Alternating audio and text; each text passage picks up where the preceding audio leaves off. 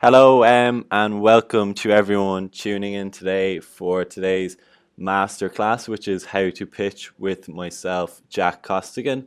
This masterclass forms part of the Journey to Web Summit series, which Microsoft are running in the lead up to Web Summit, and there's a lot of great content to be found on their Journey to Web Summit site. So I definitely recommend checking that out.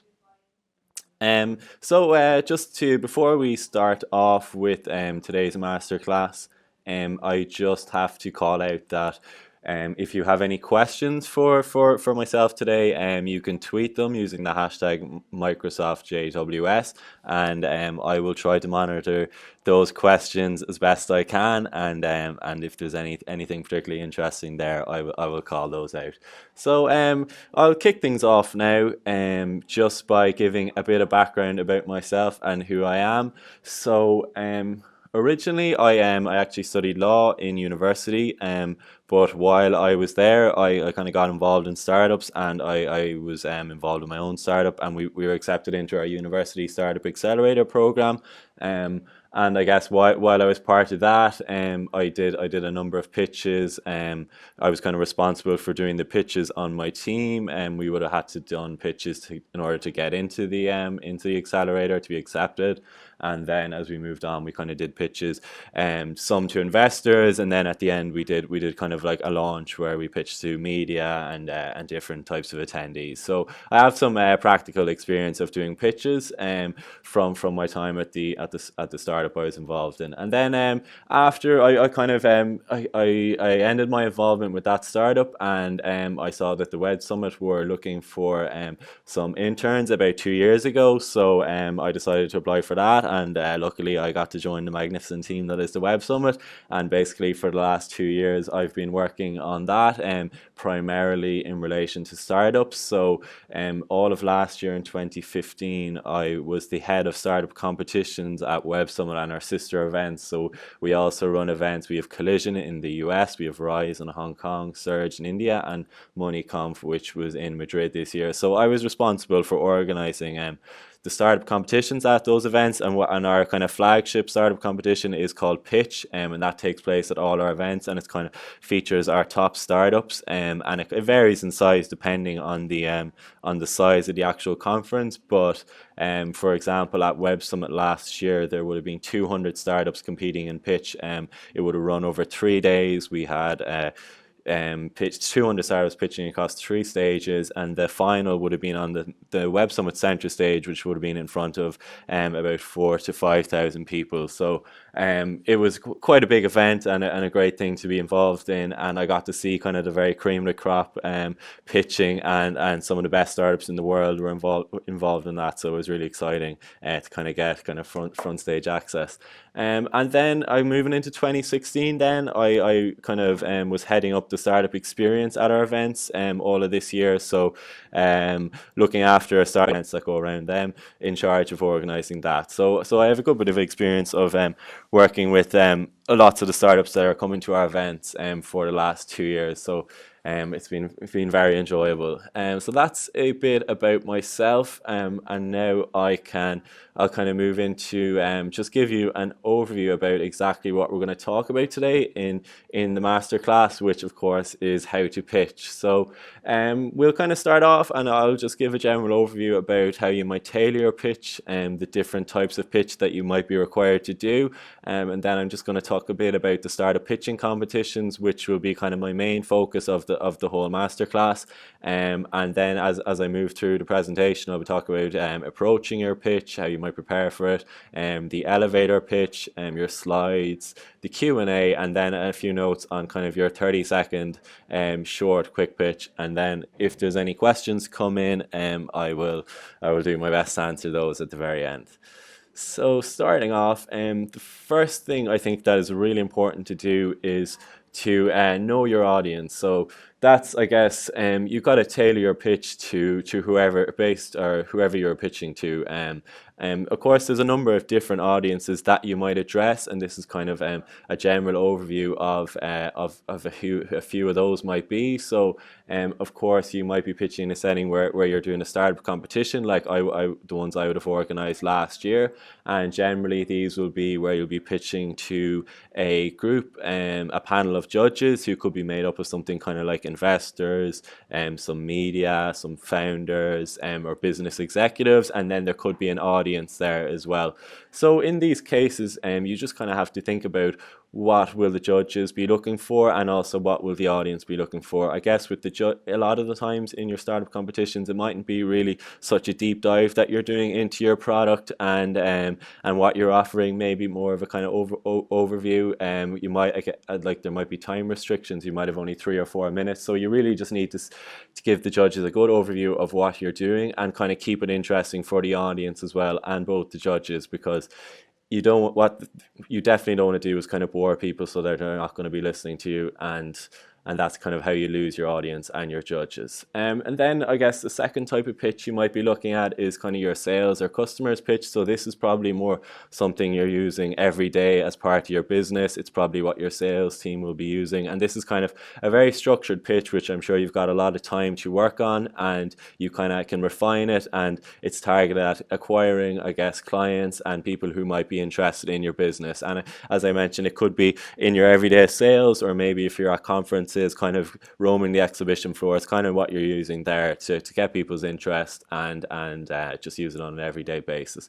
And then I guess the third type I would say is kind of, you might have specific investor related pitches. So this could be where you're addressing an individual investor, or maybe you're going into a VC fund, or and you're pitching direct to investors there. So it's kind of different to the previous two I mentioned, where in the startup competition is maybe more of a general overview, and the judges might be made up of kind of a mix of different types of individuals, whereas this is more specific to investors. And I guess in this case, you might be more focusing on the kind of traction you've got to date, how many users you have, and then I guess it could be more financials as well. It might be a bit more detailed on the financial side of things for what the VCs are looking for, and ultimately for them to make their decision.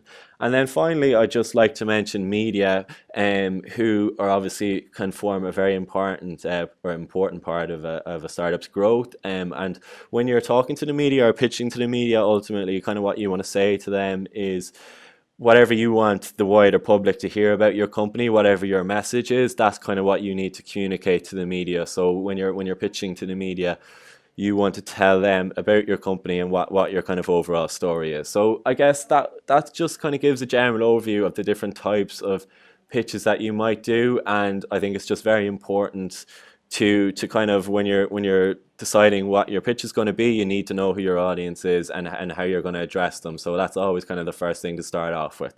So moving on now. So as I mentioned, for the purpose of this masterclass, I'll mainly be kind of focusing on the startup pitch competition side of things. So like many of the points I mentioned here, they're also applicable to when you're pitching to investors, the media, or your business customers. There might be just slight nuances in each case, but they are kind of all quite similar. And something I would just like to mention here, which is a really great resource, and I definitely recommend you checking out, is if you go to the Web Summit YouTube channel, you can watch the pitches from the final of pitch at Web Summit last year, and they are a really good resource just to see how kind of the top startups structured their pitches, and how they answered their Q&As when they were approached by the judges at the end of their pitches. So I would definitely recommend checking those out, and you can learn. There's lots to be learned from those. Okay, so moving on. So the first point I'm going to address is when you're approaching your pitch, what are the kind of the key points to consider before, I guess, when you're prepping for your pitch. So as I mentioned earlier, you need to find out who your audience is, know your audience, and then you need to frame your pitch to suit these. And I guess I kind of spoke about that already, the different types of audiences you might talk to, and how you approach that.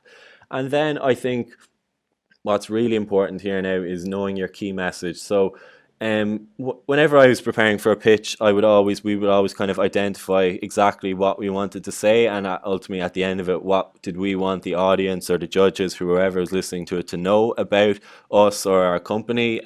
So I think you really need to identify what your key message is, and as you're doing your pitch or preparing it, you need to kind of think about this message at all times and say, is whatever I'm doing now reinforcing that key message?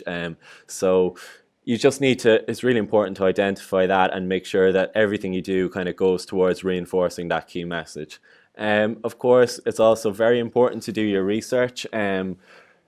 Again, you really need to be convincing in your pitch. You need to show that you're an expert in the area that you're working in, that you know the ins and outs of it. That's going to give kind of confidence to whoever's listening to the pitch that that you're kind of you know everything about your area. So I guess all I can do recommend here is just doing as much research as you can. I guess like every day you're working with your product, so you're doing the research and you're just knowing in the ins and outs of it, constantly reading online, constantly reading different sources to get the kind of knowledge and the statistics that you might need, which are definitely going to help you in your pitch, especially when it comes to the Q&A. This is kind of really where you get the chance to show how much you know about your industry, and I'll talk about that a bit later on as well. And then finally, of course, the main thing is probably practice, practice, practice. I know a lot of people kind of get nervous before they do pitches, or they mightn't feel too comfortable doing them. But I think as long as you do enough practice, anybody can kind of become adept at pitching. As I was preparing for this masterclass, I was reading about it myself, and there was lots of resources online saying about how even Steve Jobs used to spend hours rehearsing each of his speeches, and of course he was kind of appeared completely natural on stage. It seemed to come to him so easy, but this was actually only kind of as a result of hours practicing all of his addresses that he was giving, so that it became second nature to him. And I guess that's all I can recommend to anyone who's doing a pitch is to practice it, so that when you're going in to do the pitch, you're completely comfortable knowing what you're going to do. So there are the kind of four key points I would kind of believe in anyway as you're approaching your pitch. And I think if you can kind of address each of these, it should stand you in good stead for when it comes to doing your pitch. So moving on to the next slide, we've got the elevator pitch, which is kind of, I would describe as the first 30 seconds of your pitch, and it's probably the most important part of the pitch. It's kind of when you have the audience's attention, and I think you're either going to kind of it's kind of make or break at this stage. If you can grab their attention in the first 30 seconds, then you're likely to hold their attention for the whole rest of the pitch. But if you lose it, people can get bored, they lose interest, and that's not really good for anyone. So I guess how do you do a good elevator pitch? I think the very first thing I always like to say and is to explain your unique selling proposition. So, and like this is basically just saying exactly what your company does and what the innovation is, and kind of how you might be different from your competitors. So I know a lot of people will say that oh, you should maybe go in and start talking about the problem and then say what you do. But I really think in the first couple of sentences, you just need to say what you do, because you don't end up going off on a big long-winded explanation about some problems that are going on or something that isn't really too relevant, and the audience are kind of sitting there wondering, actually, what does this company do? I'm not really sure, and then they kind of tune out, and they don't listen to what you're saying. So I really think in order to grab your audience's attention, you need to say exactly what you do. It can just be a line or two, and then that will kind of focus their attention. There's on the pitch videos on YouTube from Web Summit last year, there's some great examples of the companies who come up, and in the first line or two they say what they do, and then they move into saying like what the industry problems are. So you can always just say your line or two, then the industry problems, and then you can go on to explain more about what your product is and how you're solving the problems that exist in the industry. So as I say in my next point here, say it early. So you just need to communicate exactly what you do as early as you can. Otherwise, people will get interest, or they'll lose interest, and they'll get confused and don't know what you're talking about. There's nothing worse than watching someone talk in a pitch. I've seen it happen on many occasions where someone is talking and you're trying to figure out what they do, and then you just kind of, you can't follow what they're saying. They could be talking about something that isn't too relevant. And then so the third point here I think is very important, is be as simple as possible. So obviously you know all the ins and outs of your company, you know everything about the industry, you're working with it every single day, but someone you're explaining to mightn't know anything about that industry. Even if they're like a VC or an expert, they mightn't be directly working in that area, or they know too much about it. So what you have to do here is explain what you do in as simple, understandable terms as possible. The best kind of elevator pitches or start to pitches are ones that are simplest and easy to understand. If I hear a big, long, complicated sentence, which I just can't really follow, then it's going to kind of make me lose my attention, and I won't be able to follow that. So again, really important to be as simple as possible. And then I just have a point about introducing your industry. So after you've said what you've done, what you do, and then go into saying how your kind of unique selling proposition fits in with the overall state of the industry. So you want to paint the overall picture and how you fit within this. So I think if you can do all of these points in the first 30 seconds, then you're going to set yourself up really well for the remainder of the pitch, and you kind of have everyone's attention, and it's a good way to start. Right, so we'll move on to the next slide now. So just to talk about your presentation slides. So obviously with most pitches you probably will have a presentation that accompanies it. This is if you're pitching on stage, or maybe in an office to VCs or something, you more than likely will have some slides. So how do you kind of make ensure that your slides are the optimum? I think one of the first things before you even start preparing your slides, or as you're preparing your slides, is to make sure that each slide delivers a key message. So as I mentioned earlier, you want to have a key message, an overall key message as part of your pitch.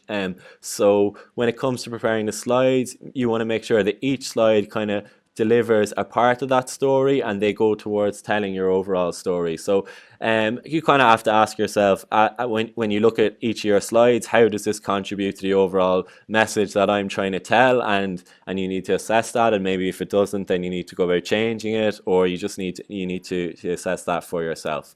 And then so keep your slides to a minimum. So I think I've seen lots of pitches that get submitted to me as part of the competitions I was running last year, and you might see some of them and they have hundreds or they might have like tens of slides, 50 slides, or in loads of transitions, and you're trying to flick through it, and it's very difficult and it can be hard to follow, and they might have lots of content on each slide.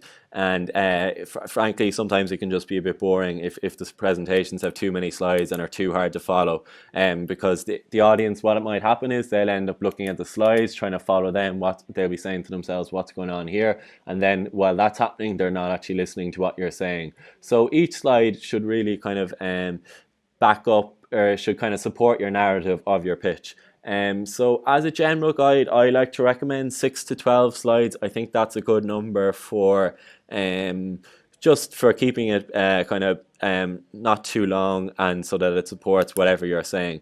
I know some people might say that 6 is very few, but I've actually seen some of the best pitch presentations I've seen have only had 6 slides, and they just have one slide each, which has kind of a key message on each, and then at the end of it, that kind of delivers their overall message. Obviously, as well, it depends on how long you're going to be pitching for. You know, that can influence how many slides you might have. But kind of as a general guide, when you're doing your kind of pitches in the range of maybe 4 to 8 minutes, I think 6 to 12 is more than enough. Then I think, which is a huge important point, is having minimal appearance and making them well designed. Personally, I prefer kind of more minimal slides, so they might have less content, maybe a picture or an image or something, and just some minimal content. You can see lots of slides which have far too much on them, and then again it can be just distracting, and it kind of ruins the effect of the slide, because you're looking at, or dilutes it. You're looking at too much information. You want kind of one powerful image or statement on your slide. And then what I recommend here here too is that if you do have a designer, make sure that you use your designer to help with your slides. It just makes it kind of look more professional, and there's nothing worse than looking at slides which don't appear very good, or which are just bad, because it kind of decreases your view of the startup. It just doesn't look professional. So I would definitely recommend here, if you have a designer on your team, using them to design the slides, or maybe if you don't have one, maybe go out and look for one who might be able to help you make some up. And I guess as well, it's important, your slides can kind of reinforce your brand and the identity of your company. So if you can reinforce this through your slides, it's just another powerful way of kind of reinforcing who you are and exactly what your company is doing. Um, and then finally here, well, this kind of goes back to what I was saying about not having too much information or complicating your audience too much, because as I mentioned, the slides should really reinforce the narrative of your pitch. So you don't want to take away from what you're saying using your slides, or to complicate people. So just remember that if you're looking at a slide, you don't want to confuse people. Maybe a good way to do it is to show your slides to your friend, or if you're an accelerator, to some of your mentors in your accelerator program, and have them look at them and say and get some kind of constructive feedback from them using that. Okay, moving on here now. So then moving on to the Q&A, which I think the Q&A is probably one of the most important most important parts of the pitch, alongside the elevator pitch. What I would always say is a kind of Q&A separates a good pitch from a brilliant pitch. So how do you stand out in the Q&A? Obviously, it's very difficult to practice your Q&A, or to know what someone is going to ask you. You can't immediately just stand up and be good at your Q&A. It takes a bit of practice, and obviously preparation as well. So I think the Q&A, it provides you with a great opportunity to show the ins and outs of your industry, to show that you're a real expert kind of in your area. So I think if you do your pitch and you deliver it well, you've kind of will have shown, you've shown that you're able to deliver a good pitch. But then this is the chance to really show that you know everything about your industry. No matter what the question comes at you, you know how to answer it. So this goes back to what I was saying about researching, knowing your statistics, knowing what's going on in your industry, knowing who your competitors are, because ultimately when you're doing your pitch, this is a lot of the questions that people are going to want to know. They're going to want to know what the trends are in the industry. They're going to want to know who your competitors are, how you're dealing with these, how you're planning. A bit unsure of, it could be something like financials, or some aspects. So sometimes it might be better to leave something out if it's not critical. And competitors are, how you're dealing with these, how you're planning. A bit unsure of, it could be something like financials, or some aspects. So sometimes it might be better to leave something out if it's not critical. And competitors are, how you're dealing with these, how you're planning. A bit unsure of, it could be something like financials, or some aspects. So sometimes it might be better to leave something out if it's not critical. And competitors are, how you're dealing with these, how you're planning. A bit unsure of, it could be something like financials, or some aspects. So sometimes it might be better to leave something out if it's not critical to your overall pitch. Then maybe you could look at leaving that out, and that's just kind of being a bit smarter. Obviously, there's always the chance that a judge or an investor or someone is going to ask you a question even if you don't bring it up, but I guess it just maybe minimizes the chances. Um, and I think the next point here is probably the most important point, especially when you're doing a startup pitching competition, is to answer the question. So I've seen it happen on many occasions at the pitching stages I might have been at, where a judge will ask a question and the startup just doesn't answer the question, and he doesn't address what the judge has said. And that can be really frustrating for the judges, and it kind of puts them off maybe marking your startup high, or being impressed by you. So how do you kind of address this situation. So I think first of all, you just really need to listen to what the judge is directly asking you, and just kind of repeat that to yourself in your head and really address the question. I wouldn't recommend going off if you're on a big tangent, and kind of talking about something that maybe isn't related to what the judge has asked you, because that will just kind of get them annoyed. I think if you're not too sure of what they've asked you about, maybe just ask them to repeat the question. And again, this will give you some time to kind of think about what they've said, and just to address the question a bit better. If you're really unsure, and you're not kind of entirely sure of what they're asking you, or if you don't think that you can answer it, I would probably actually recommend maybe saying that you're not sure, or just trying to give a really short answer to what they've said, rather than trying to kind of steer them away, trying to give a really long-winded answer that kind of doesn't really make any sense, because this will just kind of annoy the judge. And I've seen it happen on occasions where the judges will just kind of say, well, you haven't really answered my question there, and then they get annoyed, and they can kind of just leave it at that. So sometimes you're better off to just maybe say, I'm like not fully comfortable with that, or maybe just give them a short answer, as brief as you can, and you could maybe follow up with them then. And again, then, so moving on to the next point, I think the best way to kind of be prepared for your Q&A, ensure that it's as best as possible, is to again do practice. So I know when I used to do my pitches, and we used to sit down with my team in the week leading up to the pitches, and we would just have kind of our own Q&A sessions. So we would ask each other different questions about the industry. We would talk about the industry. We would talk about our product, and we would kind of pretend to be judges almost, and ask each other questions. And if someone asked me a question and I wasn't comfortable answering it, I knew that I needed to do more research on that question and prepare a bit better. And as you do this, you build up kind of like a knowledge, or a base of questions, I guess, and how you can answer them. And it's a great way to prepare for the Q&A. You can't predict exactly what a judge is going to ask you, but a lot of them kind of come along the same sort of themes, as I mentioned a while ago, like things like your competitors, what's going on in your industry, exactly kind of what your product is offering, how your technology is different. And I think if you can practice kind of all sorts of questions around this, getting answers to them, a lot of the questions that come will be kind of variations on these topics. So while the question mightn't be directly one you've prepared before, it can be something you've kind of spoken about before, which you can bring it back to. So I think that's kind of one of the main things, is to just practice your Q&A. It can be fun as well, doing it with your teammates, and practicing questions with each other, and seeing kind of who knows the ins and outs of everything that you're supposed to know. So that's about everything with regards to the Q&A. And then, so next, moving on to basically the 30-second pitch. So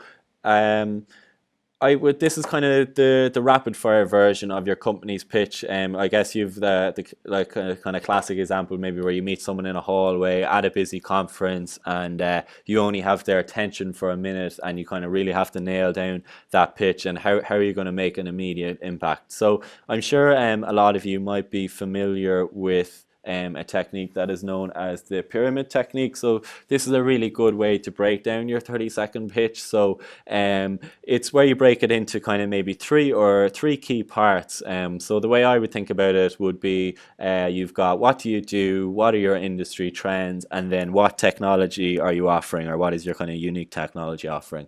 And then if you have this kind of written down, you know it in your head, when it comes to giving a quick pitch, you can kind of think of this pyramid in your head, and you can see each of the sections there, and you have to deliver your pitch based on these kind of 3 points. So overall, the 3 points and should kind of paint the overall picture of your product.